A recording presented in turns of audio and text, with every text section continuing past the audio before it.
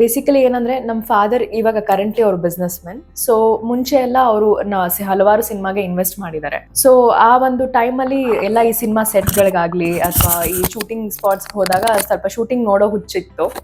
And Infosys ಹಂಗೆ usually ಎಲ್ಲರೂ studies ಮುಗಿಸಿ ಕೆಲಸ ಮಾಡಬೇಕು ಅನ್ನೋದು ಇದ್ದೇ ಇರುತ್ತೆ. ಹಾಗೆ ನಾನು ಒಂದು 9 to 5 ಜಾಬ್ ಹೋಗಿ ಲೈಫ್ ಸೆಟಲ್ ಆಗೋಣ ಅಂತ ಅಂದ್ಕೊಂಡೆ. ಡ್ಯೂರಿಂಗ್ ಮೈ ಕಾಲೇಜ್ ಡೇಸ್ ಏನಂತಂದ್ರೆ ಈ ಫೋಟೋ ಶೂಟ್ಸ್ ಆಗಲಿ ಈ ಮಾಡಲಿಂಗ್ ಆಗಲಿ ಒಂದು ಜಸ್ಟ್ ಹಾಬಿಯಾಗಿ ಇಟ್ಕೊಂಡಿದ್ದೆ.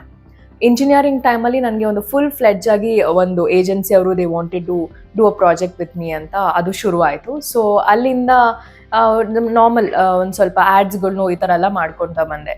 Through social media I got an offer for cinema. So social ಮೀಡಿಯಾಗೆ ನಾನು ಥ್ಯಾಂಕ್ಸ್ ಹೇಳಬೇಕು, ಬಿಕಾಸ್ ಅದೇ ಒಂದು ಪ್ಲಾಟ್ಫಾರ್ಮ್ ನನಗೆ ಇವತ್ತು ಇಲ್ಲಿ ಕೂರಿಸಿರೋದು. ಇವಾಗಿನ ಕಾಲದಲ್ಲಿ ನೋಡ್ತಾ ಹೋದ್ರೆ ಇನ್ಕಮ್ ಬರೋದನ್ನ ಜಾಸ್ತಿ ನೋಡ್ತಾರೆ. ಸೊ ಈ ಒಂದು ಸಿಚುಯೇಷನಲ್ಲಿ ಒಂದು monthly income as an Infosys ಕೆಲಸ ಮಾಡ್ಬೇಕಾದ್ರೆ I was quite earning well. So ಆ ಒಂದು ಜಾಬ್ನ ಬಿಟ್ಟು ಸಿನಿಮಾಗೆ ಬರೋದಕ್ಕೆ it needs a very strong decision. So ನನ್ನ ಫ್ಯಾಮಿಲಿ ಸಪೋರ್ಟ್ ಇದಕ್ಕೆ ಖಂಡಿತವಾಗ್ಲೂ ಇದೆ, ಎಸ್ಪೆಷಲಿ ಮೈ ಮಾಮ್.